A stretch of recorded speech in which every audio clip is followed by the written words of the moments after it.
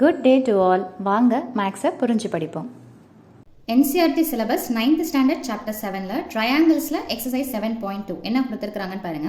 In triangle ABC, ADன்றது என்னன்னு பார்த்தீங்கன்னா perpendicular bisector of BC. ஒரு triangle ABC கொடுத்துட்டாங்க. அதில் பார்த்தீங்கன்னா ADன்றது bisector. Bisectorனா என்ன அர்த்தம்? perpendicularனா 90 டிகிரி இருக்கிறது. bisectorனா எந்த லைனை போய் அது தொடுதோ அதை பாதி சம பாதியா ஈக்குவலாக பிரிக்குது அப்படின்றது தான் அர்த்தம். ஸோ perpendicular bisector எதுக்குன்னு பார்த்தீங்கன்னா BCன்ற லைனுக்கு. இப்போ என்ன ப்ரூவ் பண்ண சொல்றாங்கன்னு பாருங்க.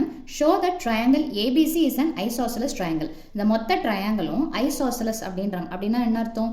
டூ சைட்ஸ் ஈக்குவலாக இருக்கிறத நம்ம என்னன்னு சொல்லுவோம்னு பார்த்தீங்கன்னா ஐசோசலஸ் ட்ரையாங்கிள். ஸோ அதை ப்ரூவ் பண்ணும். அதில் எதை வச்சு ப்ரூவ் பண்ணணும்னு பார்த்தீங்கன்னா AB is equal to AC. இதை வச்சு நம்ம ப்ரூவ் பண்ணணும் அப்படின்னு சொல்லிட்டு சொல்கிறாங்க. ஸோ இந்த டயக்ராம் பார்த்தீங்கன்னா கொஸ்டின்லேயே கொடுக்கப்பட்டிருக்குது. அப்படி கொடுக்கலனாலும் நீங்களே எடுத்து வரைஞ்சிக்கலாம். ஸோ ABCன்றது ட்ரையாங்கிள், ADன்றது பர்பண்டிகுலர் பைசெக்டர், எந்த லைனுக்குன்னு பார்த்தீங்கன்னா BC. ஸோ எப்படி ஸ்டார்ட் பண்ணலாம் சொல்யூஷனை அப்படின்னு பார்த்தீங்கன்னா இந்த பெரிய ட்ரையாங்கிளை ரெண்டு பாதி ட்ரையாங்கிளாக நம்ம எடுத்து பிரிச்சுக்கிறோம். ஃபஸ்ட்டு ட்ரையாங்கிள் என்னென்னு பார்த்தீங்கன்னா எந்த பக்கம் வேணாலும் நீங்கள் எடுத்துக்கலாம் first. So triangle ADC. So இந்த ட்ரையாங்கிள் எடுத்துக்கிறோம். அதே மாதிரியே பார்த்தீங்கன்னா இந்த ட்ரையாங்கிளை எடுத்துக்கிறோம், அதாவது ABD. ஸோ இந்த ரெண்டு ட்ரையாங்கிளில் ஃபஸ்ட்டு எது காமனாக இருக்குதுன்னு பார்த்தீங்கன்னா ADன்ற லைன் காமனாக இருக்குது. ஸோ அதனால் இதை ஒரு சிங்கிள் லைன் போட்டு ஹைலைட் பண்ணி காமிச்சிருக்கேன். ADன்றது எப்படி இருக்குதுன்னு பார்த்தீங்கன்னா பொதுவாக இருக்குது, ரைட்டுங்களா? ஸோ இது காமனான சைடு. அதே மாதிரியே பார்த்தீங்கன்னா Dயில் இந்த பக்கம் Dயில் 90 டிகிரி இருக்குது. அதே மாதிரி இந்த ட்ரையாங்கிளையும் Dயில் 90 டிகிரி இருக்குது. ஸோ இதை எப்படி சொல்லலாம் அப்படின்னு பார்த்தீங்கன்னா ஆங்கிள் ADBயும் ADCயும் எப்படி இருக்குதுன்னு பார்த்தீங்கன்னா 90 டிகிரி அப்படின்னு சொல்லிட்டு எடுத்து எழுதிக்கலாம். ஸோ இந்த சைடை சொல்லிட்டோம், அடுத்தது ஆங்கிளை சொல்லிட்டோம். அடுத்தது பார்த்தீங்கன்னா இங்கே என்ன இருக்குது?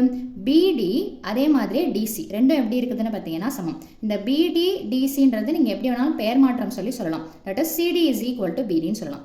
ஏன் இதை ரெண்டும் நம்ம ஈக்குவல்னு சொல்கிறோன்னா இந்த ADன்ற பர்பண்டிகுலர் பைசெக்டார் என்ன பண்ணுதுன்னு பார்த்தீங்கன்னா BCன்ற லைனை ஈக்குவலாக பிரிக்கிறதுனால இந்த சைடும் எப்படி இருக்கும்னு பார்த்தீங்கன்னா ஈக்குவலாக இருக்கும். ஓகேங்களா? அதை எழுதிட்டு அந்த ரீசன் என்னன்றதை எடுத்து எழுதணும். அடுத்தது பார்த்தீங்கன்னா ஸோ இப்போ நம்மளோட க்ரைட்டீரியன் படி என்னது?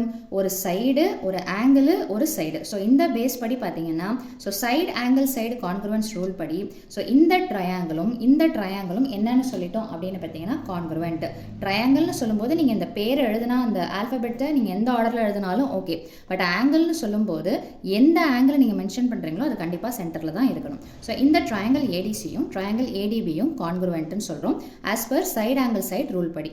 ஸோ இப்போ இந்த மாதிரி இருக்குதுன்னா CPCT ரூல் படி corresponding parts of the congruent triangle படி ஸோ நம்ம இதை சொல்லிட்டோம், ஆங்கிளை சொல்லிட்டோம், இந்த சைடை சொல்லிட்டோம். அப்போ மீறி இருக்கக்கூடிய அதாவது இந்த ABன்ற சைடும் ACன்ற சைடும் என்ன சொல்லிடலாம்னு பார்த்தீங்கன்னா ஈக்குவல்னு சொல்லிடலாம் பை CPCT. ஏன்னா இந்த ரெண்டு ட்ரையாங்கிள் கான்க்ருவன்ட்ன்றதுனால இப்போது இந்த ட்ரையாங்கிளில் ABன்ற இந்த சைடும் ACன்ற இந்த சைடும் ஈக்குவலாக இருக்குதுன்னா என்ன அர்த்தம்?